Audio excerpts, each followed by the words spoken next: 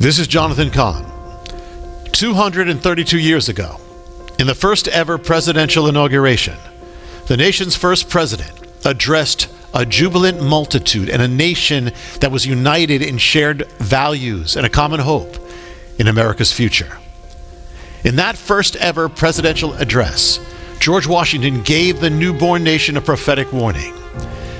He said this: "The propitious smiles of heaven cannot be expected on a nation that disregards the eternal rules of order and right that heaven itself has ordained."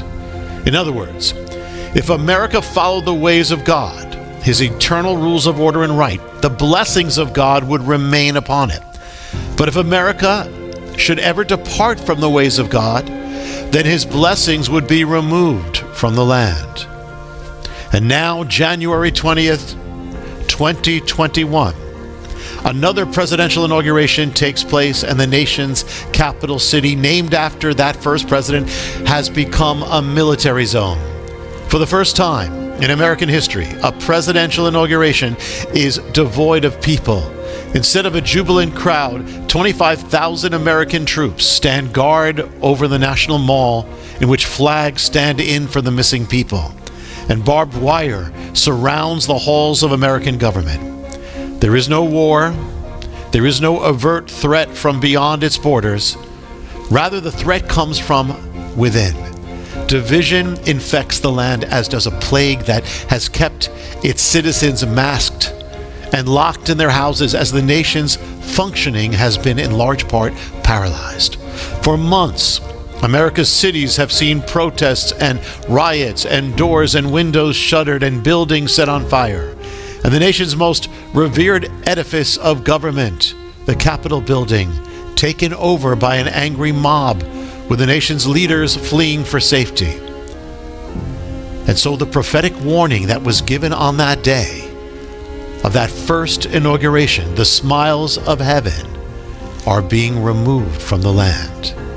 And so the question must be asked: have we then disregarded the eternal rules of order and right that heaven has ordained? America, as did ancient Israel at the height of its prosperity, has turned away from God. We've driven him out of our public squares, out of the schools of our children, out of our culture, out of our lives. And as did ancient Israel, in place of his absence, we've let in other gods and served them. We've rejected his ways and embraced the ways of immorality. We've called evil good and good evil.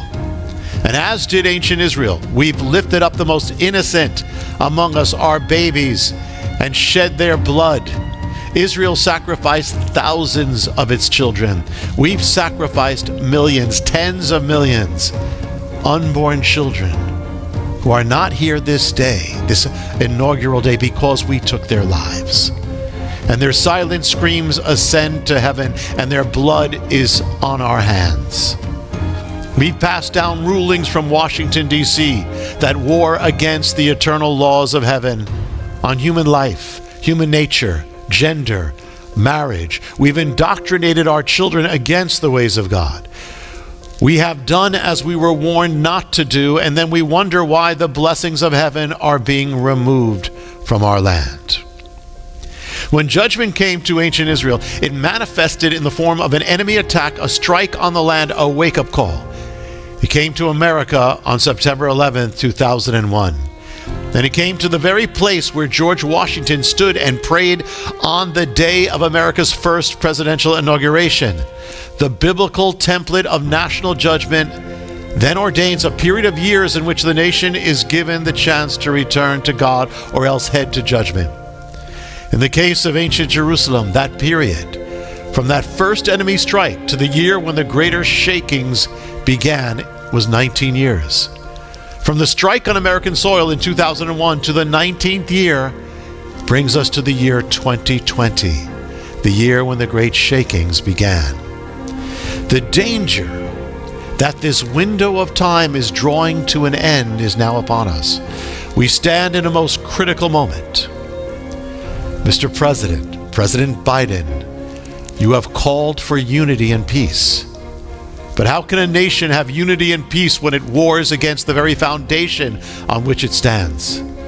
How can a nation have unity and peace when it has turned against the God who brought it into existence?